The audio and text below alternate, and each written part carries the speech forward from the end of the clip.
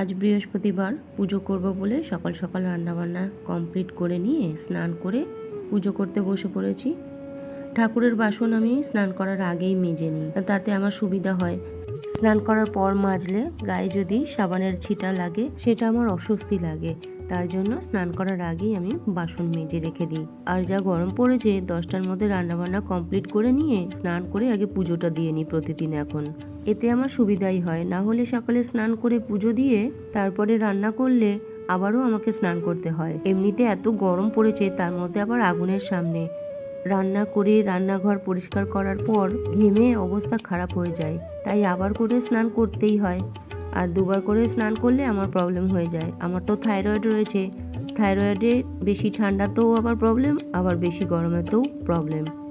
দুবার করে স্নান করলে গা হাত পা ব্যথা অনেক অসুবিধা হয়, তাই একবারে রান্নাবান্না সেরে তারপর পুজোটা করে নিই। প্রায় 1-2 মাস মতো হয়ে গেল মা লক্ষ্মীর জন্য নিজের হাতে শাড়ি বা ঘাগরা বানিয়ে দিতে পারছি না। কাপড় লেস সবকিছুই রয়েছে, আসলে মনটাই আমার একদমই ভালো নেই, একদমই ভালো নেই। আমার পেজটা ওই রকম হয়ে যাওয়ার পর থেকে না ভিডিও আমার সেরকম করে এডিট করে দিতে ইচ্ছা করে না। আগে ভিডিও দেওয়ার সাথে সাথে 500-1000 ভিউজ হয়ে যেত, এখন 50টা কিংবা 60টা ভিউজ হয়।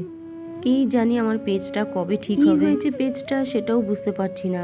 যদি বুঝতে পারতাম তাহলে ঠিক করার চেষ্টা করতাম, সেটা ঠিকও হচ্ছে না। আর ছাতার মাথা ফেসবুকও দেখাচ্ছে না যে কোন ভিডিওর জন্য হয়েছে, তাহলে সেই ভিডিওটা ডিলিট করে দিতাম। ভিডিও করাটা এটা আমি ভালোবেসে করি।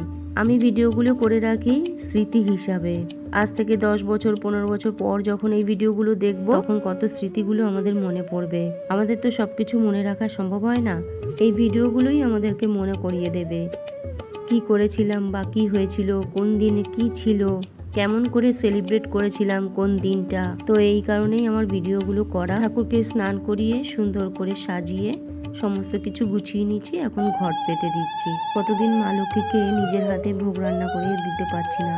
আজকে মা লক্ষ্মীকে ভোগে দিলাম শসা, কলা, সন্দেশ। নিজের হাতে ভোগ বানিয়ে দিয়ে পুজো দেওয়ার আনন্দটাই আলাদা। হয়তো আমার থেকে কোনো ভুল হয়েছে, তাই এরকমটাই হয়েছে। দেখি কবে ঠিক হয়। আশা করি ঠাকুর সব কিছুই ঠিকঠাক করে দেবে, আগের মতোই হবে।